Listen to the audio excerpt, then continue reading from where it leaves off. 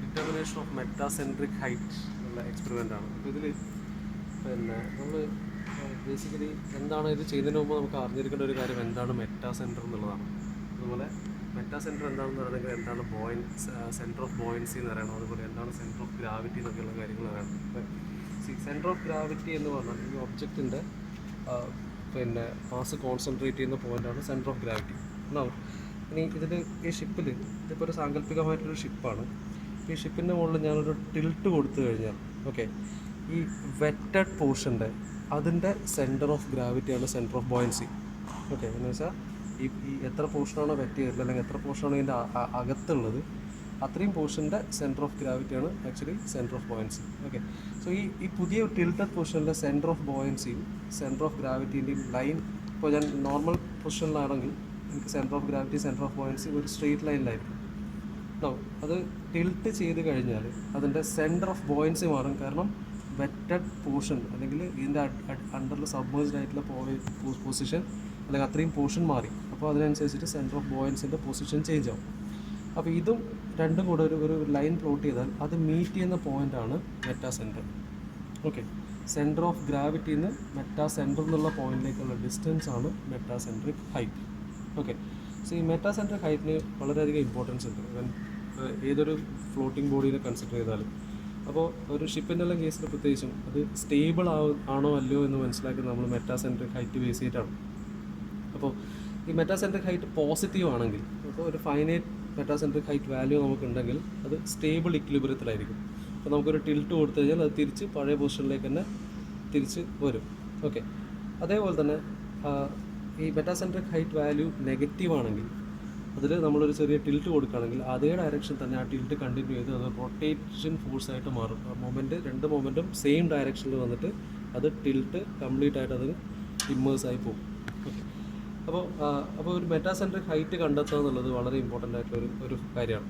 അപ്പോൾ metacentric height എങ്ങനെ കണ്ടെത്താം എന്നുള്ളതിൻ്റെ ഒരു എക്സ്പെരിമെൻ്റൽ ഡെമോൺസ്ട്രേഷനാണ് നമ്മളിവിടെ ചെയ്യുന്നത്.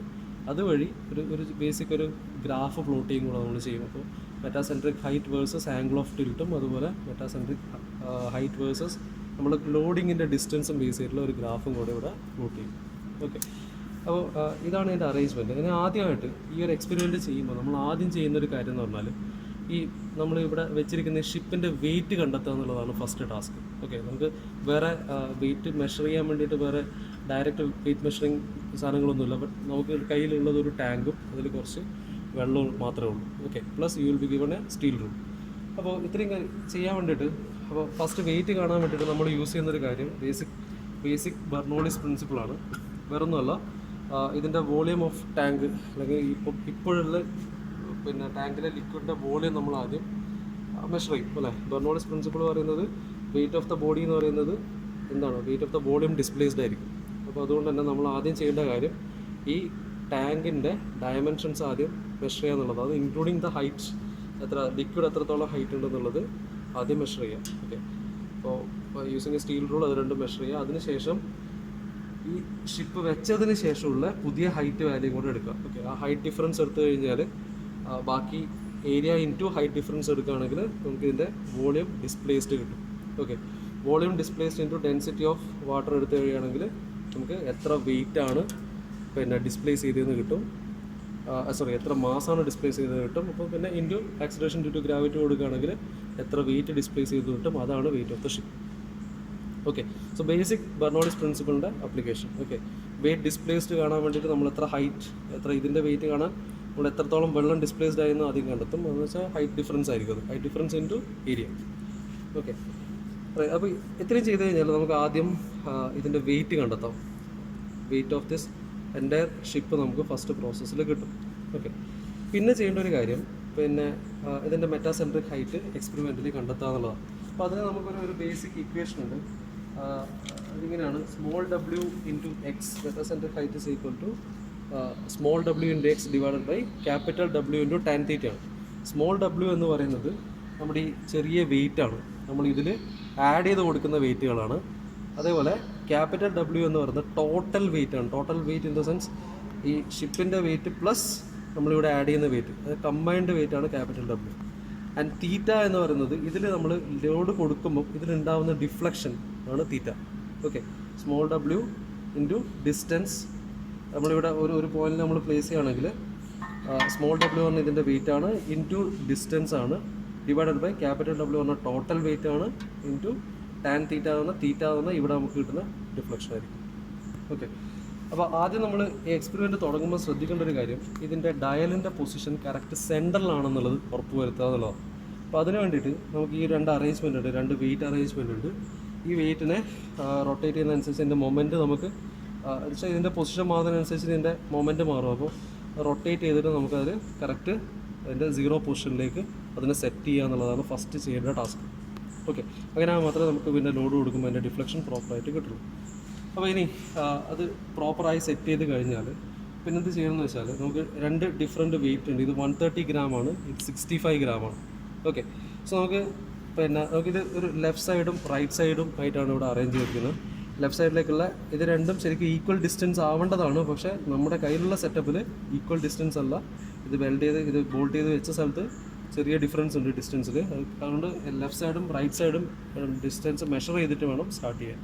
ഓക്കെ, അപ്പോൾ ഞാൻ ഫസ്റ്റ് നമുക്ക് ചെയ്യേണ്ട കാര്യം എന്ന് വെച്ചാൽ ലെഫ്റ്റ് സൈഡിൽ എൻ്റെ ലെഫ്റ്റ് സൈഡിൽ ഞാനൊരു ഫസ്റ്റ് ലോഡ് ആഡ് ചെയ്യാണ്. 65 ഗ്രാം ഞാൻ ആഡ് ചെയ്യാണ്. ഓക്കെ, സോ ഇവിടെ കാണാം കമൻറ്റബിൾ ആയിട്ടുള്ള ഒരു ഡിഫ്ലക്ഷനൊന്നും നമുക്ക് കാണാനില്ല. കറക്റ്റ് സെൻട്രലാക്കുക. സോ നമുക്കത് അടുത്തൊരു കാര്യം ചെയ്യാവുന്നത്, സോ ഫസ്റ്റ് പോയിന്റിൽ വരുമ്പോൾ വലിയ ഡിഫ്ലക്ഷൻ ഇല്ല, ഞാൻ അതുകൊണ്ട് ഇതിനെടുത്തിട്ട് സെക്കൻഡ് പോയിന്റിലേക്ക് മാറ്റുകയാണ്. ഓക്കെ, ഞാൻ സെക്കൻഡ് പോയിന്റിലേക്ക് മാറ്റുമ്പോൾ എനിക്ക് വളരെ ചെറിയൊരു മൈന്യൂട്ട് ഡിഫ്ലക്ഷൻ കിട്ടും. റൈറ്റ്, ബട്ട് സ്റ്റിൽ അതും വളരെ കുറവ് തന്നെയാണ്. അപ്പോൾ അതുകൊണ്ട് നമുക്ക് സെക്കൻഡ് വെയിറ്റ് എടുക്കാം. 130 ഗ്രാമിനെ നമുക്ക് ഫസ്റ്റ് പോയിന്റിൽ വെച്ചിട്ട് നോക്കാം. ഓക്കെ, ഫസ്റ്റ് പൊസിഷനിൽ ഞാൻ 130 ഗ്രാമിന് പ്ലേസ് ചെയ്തു. ഓക്കെ, ഇത് വളരെ ശ്രദ്ധിച്ച് പ്ലേസ് ചെയ്യണം. ഞാൻ വെക്കുകയാണെങ്കിൽ എനിക്ക് ഏതാണ്ട് ഒരു 1 ഡിഗ്രി ഡിഫ്ലക്ഷൻ കിട്ടും. ഓക്കെ, ഒരു 1 ഡിഗ്രി ഡിഫ്ലക്ഷൻ അവിടെ കാണാം. റൈറ്റ്, സോ സെയിം വെയിറ്റ് തന്നെ അതിൻ്റെ റൈറ്റ് സൈഡിലും വെക്കുക. ഈ റീഡിങ്സ് വേണം നോട്ട് ചെയ്യാൻ. ഓക്കെ, അപ്പോൾ വെയിറ്റ് 130 ഗ്രാമാണ്. ടാബുലേറ്റ് ചെയ്യുമ്പോൾ ഫസ്റ്റ് വെയിറ്റ് വരും 130 ഗ്രാം, അത് ലെഫ്റ്റ് സൈഡിൽ വരും, റൈറ്റ് സൈഡിൽ വരും.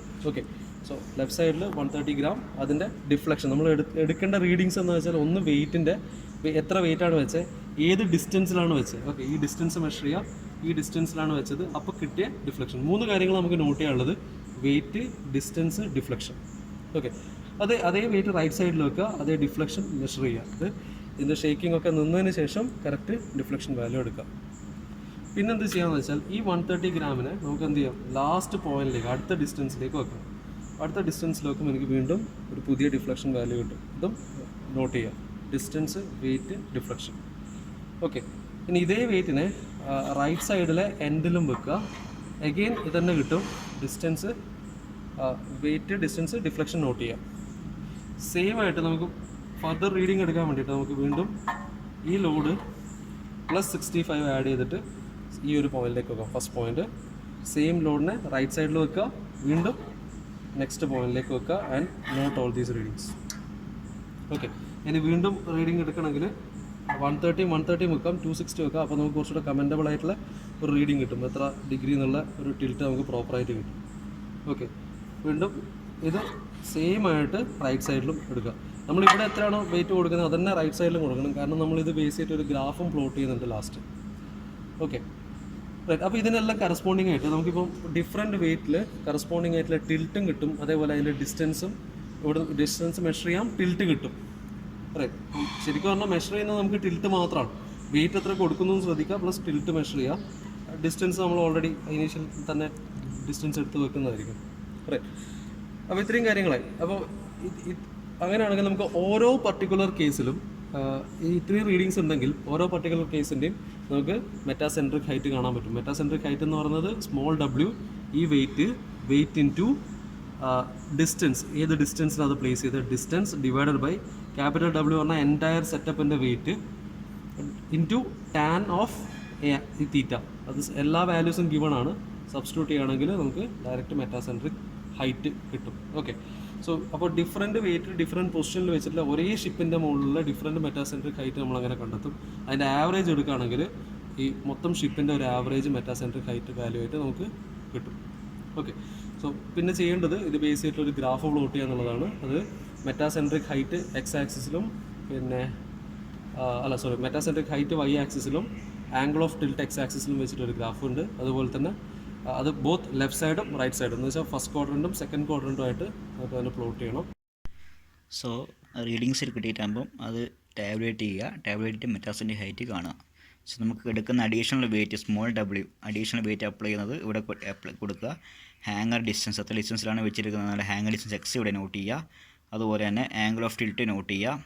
അതിൻ്റെ കൂടെ ടാൻ തീറ്റ, ആ ആംഗിളിനെ തീറ്റയിലേക്ക് മാറ്റുക. ടാൻ തീറ്റ കാണുക. മെറ്റാസെൻട്രിക് ഹൈറ്റും കൂടി നമുക്ക് കാണാം. ലെഫ്റ്റിലും കാണുക, റൈറ്റിലും സെപ്പറേറ്റ് കാണുക. അങ്ങനെ തന്നെ. ഓക്കെ, അതിൻ്റെ ഇക്വേഷൻ എന്ന് പറയുന്നത് GM=WX/W tan തീറ്റ. സ്മോൾ ഡബ്ല്യു എന്ന് പറയുന്നത് അഡീഷണൽ വെയിറ്റ് കൊടുക്കുന്നത്. ക്യാപിറ്റൽ ഡബ്ല്യു എന്ന് പറയുന്നത് weight of the floating body including weight add total weight apply ചെയ്യുന്ന വെയിറ്റ് പ്ലസ് അതിൻ്റെ ടോട്ടൽ ഫ്ലോട്ടിംഗ് ബോഡീൻ്റെ വെയിറ്റ് ആണ് ക്യാപിറ്റൽ ഡബ്ല്യു എന്ന് പറയുന്നത്. സോ അങ്ങനെ മെറ്റാസെൻട്രിക് ഹൈറ്റ് കാണുക, അതിൻ്റെ ആവറേജ് എടുക്കുക. ഗ്രാഫ് പ്ലോട്ട് ചെയ്യുകയാണ്, ഗ്രാഫും പ്ലോട്ട് ചെയ്യുക. റൈറ്റ്. സോ അതിൻ്റെ കൂടെ റേഡിയസ് ഓഫ് ഗൈറേഷനും കൂടി കാണാനുള്ളൊരു എക്സ്പെരിമെൻ്റാണ് നമുക്കുള്ളത്. റേഡിയസ് ഓഫ് ഗൈറേഷൻ കാണാനുള്ള equation K=T/2π × G × capital GM, that is metacentric height എന്നുള്ളതാണ്. സ്മോളിൻ്റെ G എന്ന ആക്സലേഷൻ വിത്ത് ഗ്രാവിറ്റി 9.81. അപ്പോൾ T എന്ന് പറഞ്ഞാൽ ടൈം പീരീഡ് ആണ്, time period. So time period എടുക്കേണ്ടത് ടൈം പീരീഡ് ഫോർ ഓസിലേഷൻ എന്നാണ് പറയുന്നത്, ടൈം പീരീഡ് ഓസിലേഷൻ. സോ അത് കാണാൻ വേണ്ടിയിട്ട് നമ്മൾ അതിനെ വെയിറ്റൊക്കെ റിമൂവ് ചെയ്ത് ബോട്ടിൻ്റെ മുകളിൽ എക്സ്റ്റേണൽ വെയിറ്റൊക്കെ അഡീഷണലായിട്ട് വെച്ച് വെയിറ്റൊക്കെ റിമൂവ് ചെയ്ത് അതിനെ ഒന്ന് ടിൽറ്റ് ചെയ്യുക, ഫുള്ളായിട്ട് ടിൽറ്റ് ചെയ്യുക. അതായത് താഴോട്ടേക്ക് ഒരു ഭാഗം താഴോട്ടേക്ക് അമർത്തി അങ്ങ് വിടുക. അപ്പോൾ അത് മുകളിലേക്കും താഴോട്ടേക്കും ഇങ്ങനെ ചെരിഞ്ഞിട്ട് ഇങ്ങനെ അത് ഓസിലേറ്റ് ചെയ്യും. അപ്പോൾ ഓസിലേറ്റ് ചെയ്യുന്ന ടൈം നമുക്ക് സ്റ്റോപ്പ് വെച്ച് ടൈം നോട്ട് ചെയ്യുക. താഴോട്ട് പോയി തിരിച്ച് വരാൻ മുകളിലേക്ക് എത്തുമ്പോൾ ഒരു ഓസിലേഷൻ ആവുള്ളൂ. താഴോട്ട് പോയി തിരിച്ച് മുകളിലേക്ക് ആദ്യം വന്നാൽ വൺ ഓസിലേഷൻ ആവും. അങ്ങനെ ഒരു 20 ഓസിലേഷൻ ടൈം നമ്മൾ എടുക്കുക. ഫോർ എക്സാമ്പിൾ 20 വട്ടം ഓസിലേഷൻ ടൈം നമ്മൾ എടുത്തത് 25 സെക്കൻഡാണ്, 25 സെക്കൻഡ്സ് ആണ് നമുക്ക് കിട്ടിയിരിക്കുന്നത് വിചാരിക്കുക.